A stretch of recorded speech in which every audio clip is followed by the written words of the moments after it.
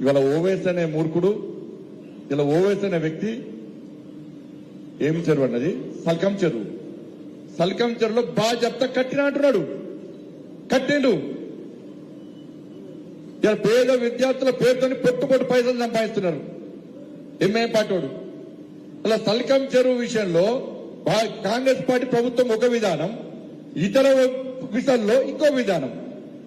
ఇతర యూనివర్సిటీలో మాత్రం కూలగొడతామంటారు. కూలగొట్టాల్సిందే. దాని భారతీయ జనతా పార్టీ వ్యతిరేకం కాదు, కూలగొట్టాల్సిందే. కానీ ఓవైసీ అనే వ్యక్తి నా కాలేజీ మీద చేయేస్తే ఇవ్వని వదిలిపెట్టమంటే ఈ పిరికి పంద ప్రభుత్వం చేతులు ముడుచుకొని ఇట్లా కూర్చున్నది ప్రభుత్వం. నోటీస్ ఇస్తారట. నోటీస్ నెక్స్ట్ అకాడమిక్ ఇయర్ లో ఆలోచిస్తారట. అంటే చేయలేని చవట చేసిన ప్రభుత్వం కాంగ్రెస్ పార్టీ ప్రభుత్వం. ఇవాళ ఓవైసీ వార్నింగ్ ఇస్తే భయపడే ప్రభుత్వం కాంగ్రెస్ పార్టీ ప్రభుత్వం. దానిలో చదువుకునే 40,000 మంది విద్యార్థులకు ఏదో రకంగా న్యాయం చేయాల్సిందే, అన్యాయం చేయదు. కానీ అన్ని కూల్చినప్పుడు ఓవైసీకి ఎందుకు ఎగ్జిబిషన్ ఇలా కాంగ్రెస్ పార్టీ స్పష్టం చేయాలి. కాంగ్రెస్ పార్టీ క్యాడర్ ఆలోచించాలి. ఇలా అదే మన ప్రభుత్వం ఉంటే ఏం చేద్దామని ఇవాళ ఒక్కడి కాదు 100 బుల్డోజర్ పెట్టి ఒక్కొక్కరికి ఒక బుల్డోజర్ పెడతాం. ఇలా ఓవైసీ కాలేదు.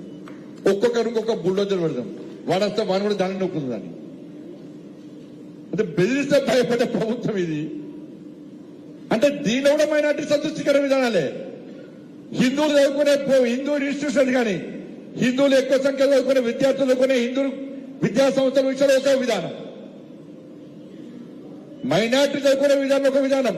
మైనార్టీ యాజమాన్యం ఉంటే గుడగొడతారు, హిందువుల యాజమాన్యం ఉంటే మాత్రం దాన్ని పూర్తి చేస్తారు. మైనార్టీ డిక్లరేషన్ నేను బట్టి ఇవ్వలేనా? మీరు అందరూ అనుకుంటారు కావచ్చు భాగ్యలక్ష్మి గుడి దగ్గర బండి సంజయ్ ఏదో టైం పాస్ కు పేరు కోసం పెట్టిన కావచ్చు. మీరు పెట్టుకోలేనా? నాకు మొన్న హ్యాపీ అనిపించింది అనుకో. నేను మన కోణాలప్పుడు తిరిగినా. అరే మా ఓల్డ్ సిటీ ఒక్కొక్క హిందూ ఒక్కొక్క తల్లి అమ్మవారిగా తయారు చేస్తుంటే ఒక్కొక్క అన్న ఒక్కొక్క తమ్ముడు పండుగ వాతావరణం చూస్తుంటే హ్యాపీ అనిపించింది అన్న. మామూలు